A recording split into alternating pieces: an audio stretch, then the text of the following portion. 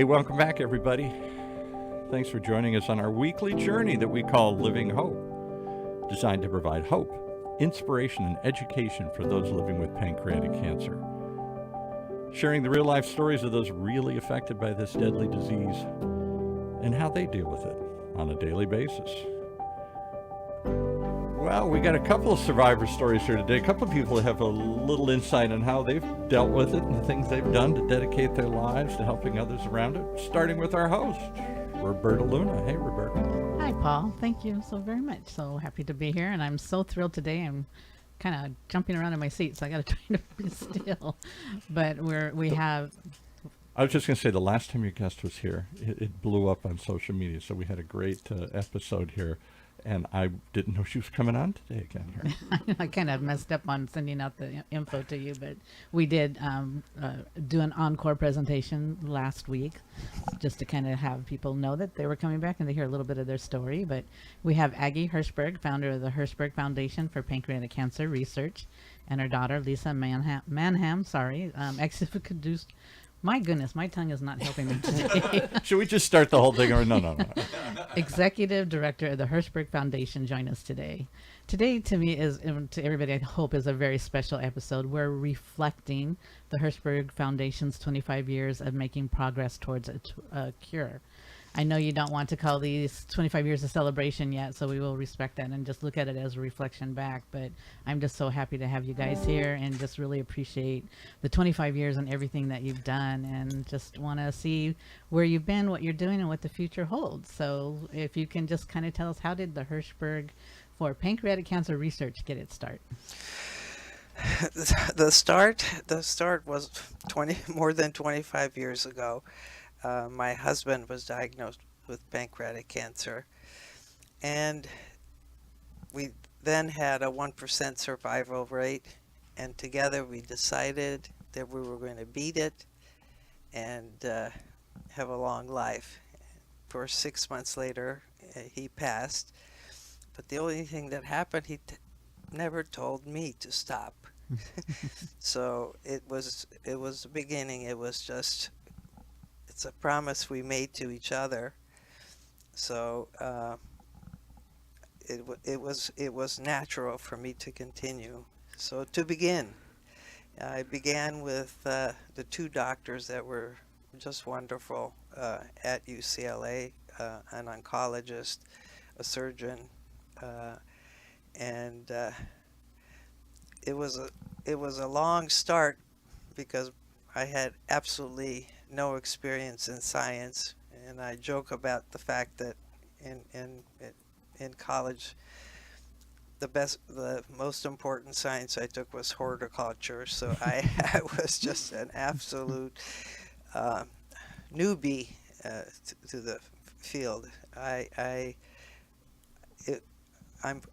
background is business and professional arts, and I knew how to think and plan. The first question was, well, where's the research center at UCLA? Let me go see the research center. And they told me they didn't have one. And right that second, I said, you have it. And it was step by step by step. And can I ask just one quick question? Because we did play your episode last. I'm sitting behind her. That's why she turned around. But we played your episode from before last week because Roberta was out. So we did a rerun. And I was listening to it again, and I smiled at what you just said. You and your husband had built a very successful enterprise. You were doing what? Distributing Adidas? That's Adidas, right. Accessories and stuff here. So you built this giant company. And all of a sudden, at the height of your success, this hits. And so after your husband passes away, you go down to UCLA and you say, well, all right, you got a research center now. We can fund this thing. We'll do this. And you kind of said, if I remember correctly, we'll give it a year or two. We'll solve this thing pretty quickly. You know, we built a business pretty quickly. We'll solve. 25 years later, we're still on this journey here. Talk about that. I laugh about that too, because honest to God, in any business, 2-3 years, and if it's not successful, you give up. So I imagined uh, a 10-year project, but not much longer. Uh, if I look at what has happened in 25 years, to say that we had 1% survive when my husband passed, and we have 11% at current time, uh, in medicine, I think that's progress. It's good progress. And the things that we added to the foundation step by step. My next question was, well, there's research now here at UCLA, but what about the other universities? Then started the seed grant program. So, and that covers 40 other universities in the country. So with the seed grant program, what we really did is create the manpower to have information, because before that, if there's no money, there's no research. I'm And was that the problem, Roberta? You talked about this before. There's no research because statistically it doesn't affect as many people as, say, breast cancer or other sorts of heart disease. It reaches a lot of people, but not the numbers that some of these other diseases do. And therefore there's no money thrown at it because it's not a big enough group of people. it's about the volume. It's about the volume of people before you start to pay attention. Of course, even today, there's all sorts of 1% cancers out there, and it's just to push the button. Just keep going, keep spreading, keep funding, which we have done for 25 years, and we see good results.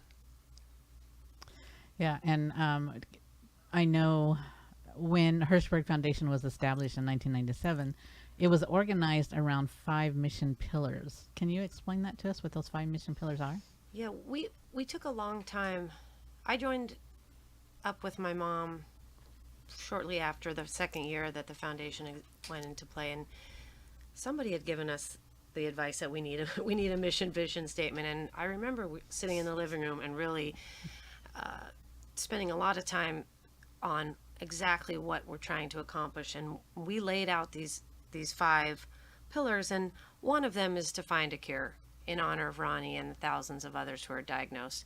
But the other 4 were to create a premier cancer center where all patients can be met in one space, to be the leading funder of research, to create awareness and fundraising for generations through physical fitness activities. We've never had a gala in 25 years. We've only fundraised via essentially physical fitness, 5K, and our other events. So we had all these pillars. I think I hit all 5?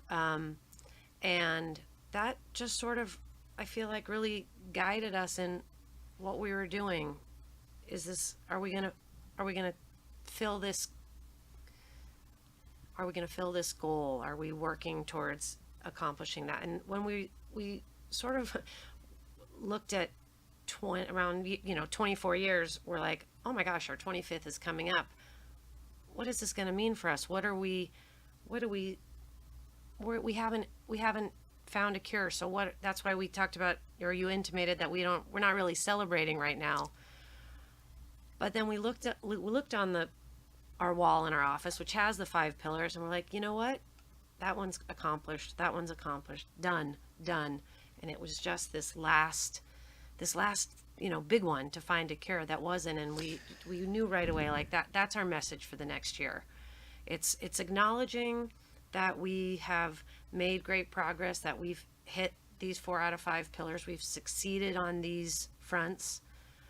But at the end of the day, until that 5th pillar, until that cure is found, we keep going. We're not celebrating. I mean, we're celebrating, but we're not celebrating. Yeah. I'm just I'm really surprised at how many friendships we have made in the 25 years. How many? I'm gonna cry. How many families we enfold to our circle, and it's not just us, but probably 2,500 people that are with us every second and support what we do. So I'm very grateful, very grateful for all the people, and that the only people that are supporting us are who have been touched by pancreatic cancer. There's no need to tell you otherwise.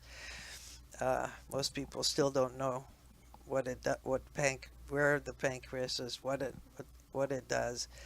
So and I really feel that this is my family. These 2,500 supporters or 3,000. It means everything to do things together. It does, and I think the reason why we have become a family is it's a different type of cancer. All cancers are bad, and I wish we could eradicate all of them. But this one is, I think, among the worst of the cancers because, for one, we have nothing yet as far as an early diagnostic tooling. So there's no early detection, which I think would help with the survival rate.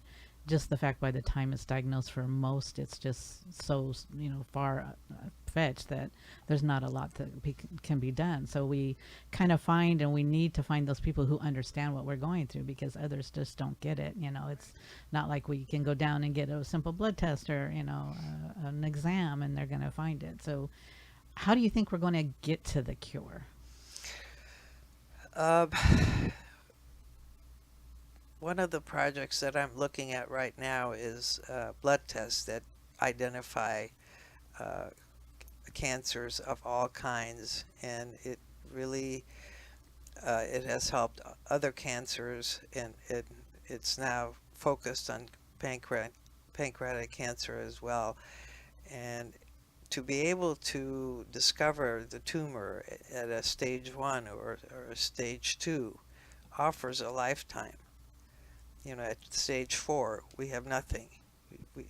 6 months or a year and a half or 2 is nothing. So the concentration for research is taking more of a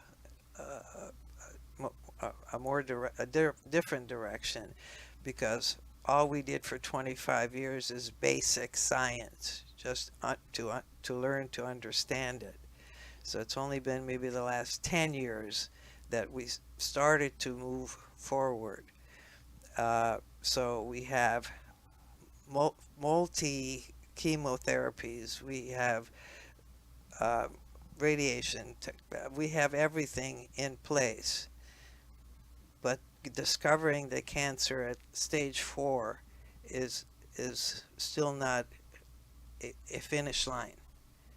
So as we continue, we have to start looking at how we can detect earlier and earlier and earlier. And we're concerned about families that have cancers of many types, pancreatic cancer included, and to follow those families after a blood test that many companies are working on, but we're still in its infant phases to push forward.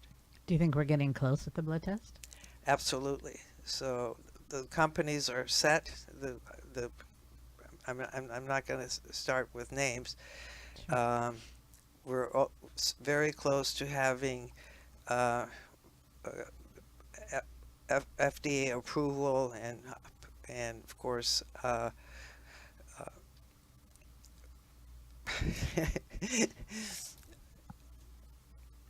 It's stopped. difficult. Yeah, it's fine. I know it's difficult, and it's like so many. Unfortunately, I mean, mine was diagnosed early because I lost 3 family members, but so many people are diagnosed by chance, and nobody should be diagnosed by chance. We should be able to go in and say, I have this in my family, or I have this. I want to just be part of the physical. I mean, they test you, they check you for diabetes and other things. So why is this not something they're looking at? But the problem with pancreatic cancer is that there's limited signals. You know, I mean, my husband was a big man, and he started to lose weight, and he says, I'm on a diet. I am a diet. I feel better. I feel great. So nothing happens until, unless you're being monitored, you don't know something is happening. And maybe I'm sleeping dirty, I'm getting a little tired. All of those things are just normal symptoms, right? So it's jaundiced eyes that put you into the hospital, and that's stage 4, and it's the beginning of a progress, but not long enough lifetime. We do have, many survivors that are stage 4 who are surviving and doing very well right now. I mean, I know personally a couple that are 5 years, but it's something that is rare, and we want more of that. So if we can get the early testing, whatever it is, to find it in the early stages, That's the goal. exactly what we want to get it. So I know Somebody asked one question here on Twitter. Sure. So if you detect it earlier, what would you do? Can you radiate it easier? Can you remove it easier? Can you stop it through other lifestyle changes or stunt its growth? What would you do if you could detect it earlier? You can start treatment earlier. That's it. Today we have 30-year survivors that had surgery, 35 years after surgery. So it's all about getting to the tumor at the earliest moment, and that's the goal with the blood tests. And also getting to the tumor before it grows larger, before it impacts other organs, and ultimately where you can go in and remove it or target it more acutely with What is it treatment. that keeps, so you've talked about this before, Roberta. I'm sorry I'm jumping in here too much today, but just all these questions keep popping in my head. Why can't we remove it? Why can't more people use the Whipple or do these things? Is it just because of where it's located, or it gets intertwined with other organs? What keeps that from being the go-to option? I love the question. I wish I was a surgeon, and it's too late to go to medical Is it school. like, no, come on, you're at UCI here. But it's not only because you can remove the tumor, but there's a little tiny cell that went to the left or went to the right, and it's those little guys that keep going. keep going. Yeah, unfortunately, it's one of the, because a lot of the times the reason they can't remove it surgically is because of the location. That happens to be my situation.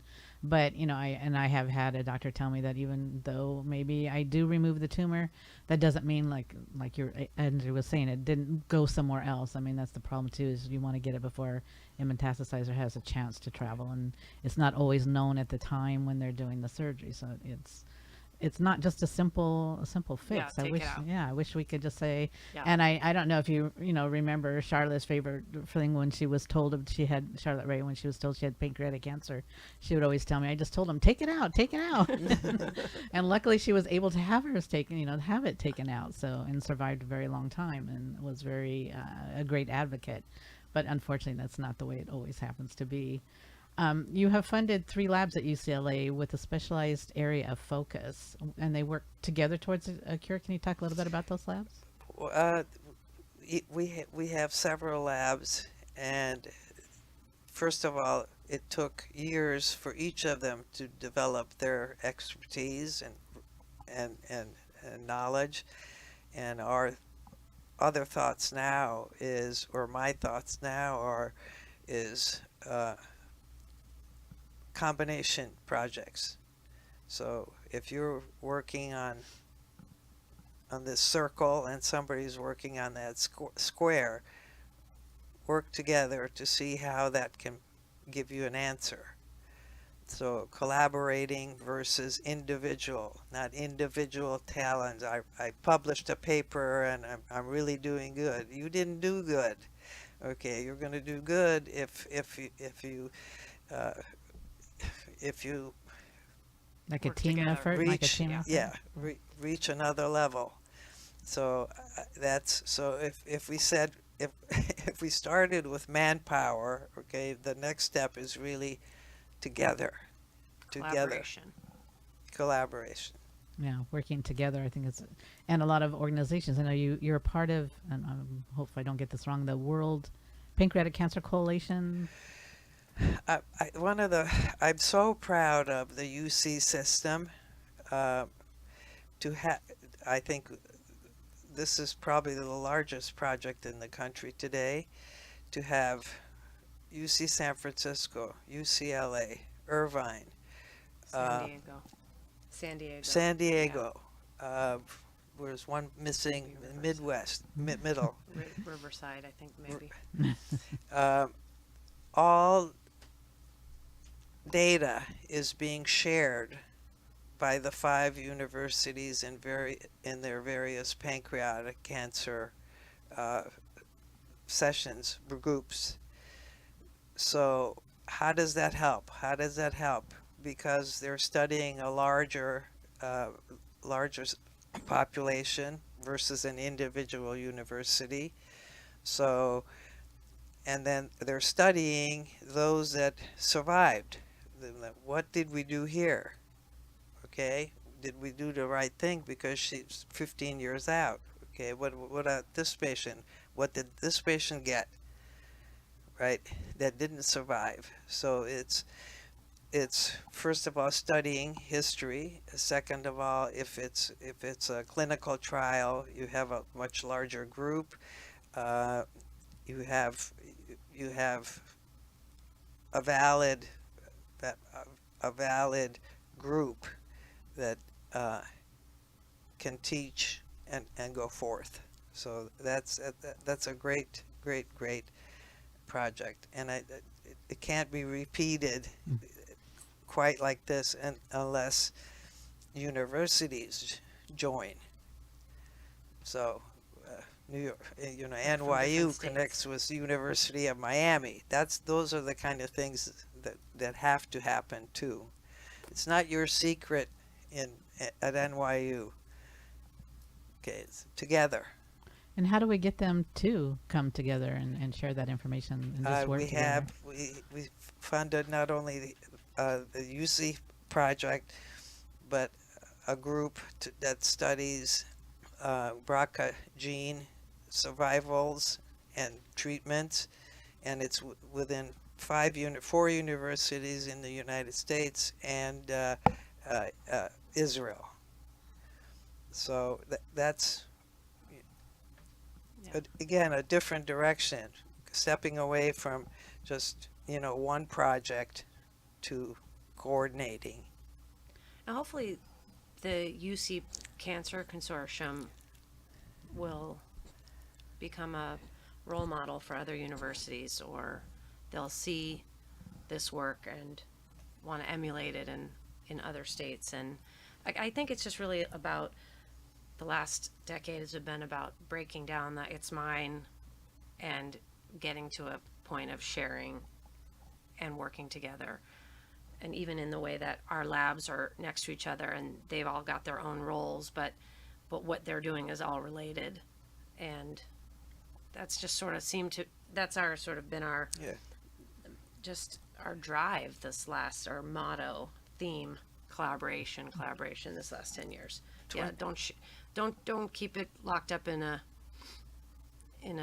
vault somewhere. In a vault, yeah. Don't. Let's share the information. Share the information. And doctors are really, they challenge each other. They question. They're competitive. So the sharing that's been going on is hopefully going to, be one of the things that breaks down. Somebody else wanted to know about funding. Is it all just about money? My late father used to say, tell me the problem and I'll tell you the answer. It's always money. Is it just money, or is it more than that? This is just a very complex, difficult equation to figure out. Money helps. It's about money. If we didn't start funding 25 years ago, we wouldn't have an 11% survival rate. Yeah. Right.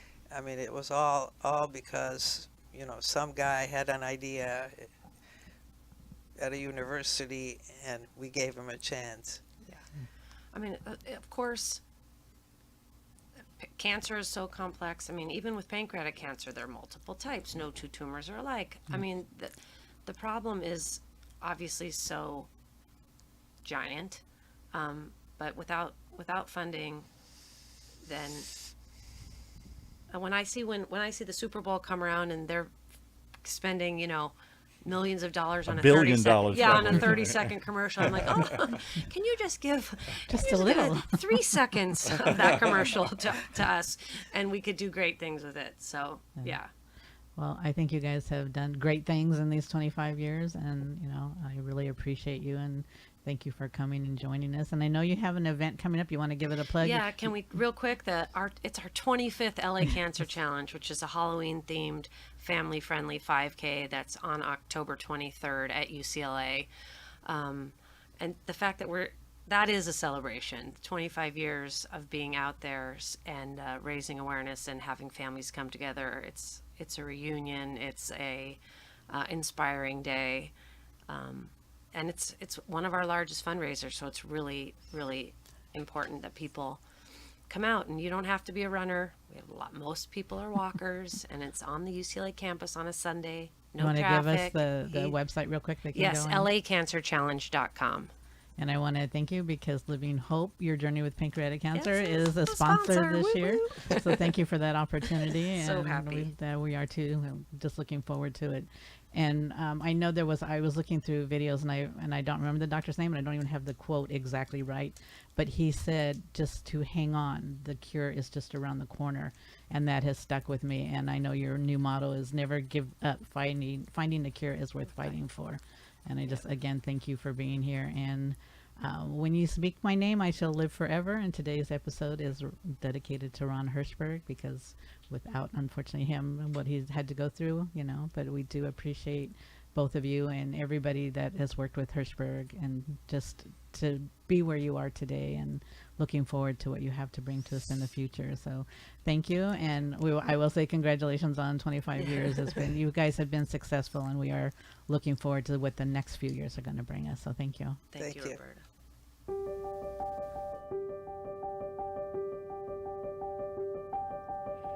Well, there you have it. Another amazing story on our journey to put an end to pancreatic cancer, find ways to increase the odds. We invite you to join us each and every week as we share lots of people on this journey, all headed towards the same destination, as we explore living hope and program designed for hope, inspiration, and education for all those living with pancreatic cancer and the people around them. And if you'd like to share your story, well, please contact us. We'd love to add you to the list of voices. And if you'd like to do something today to reach out and help in some way, we urge you to do this. Contact the HERSHBERG Foundation for Pancreatic Cancer Research. Their website's pretty simple, pancreatic.org. Pancreatic, P-A-N-C-R-E-A-T-I-C, pancreatic.org. You can even call them at 310-473-5121. But reach out and find out more how you can help in this battle. The HERSHBERG Foundation, H-I-R-S-H-B-E-R-G, HERSHBERG Foundation for Pancreatic Cancer Research. For the OC Talk Radio Network, I'm Paul Roberts, thanking you for joining us, hoping you'll share this with others, and you'll come back and ride along as we continue to see where this story unfolds. Right here in Orange County's only community radio station, octalkradio.net, streaming live from our studios here at the University of California, Irvine's Beale Applied Innovation Center.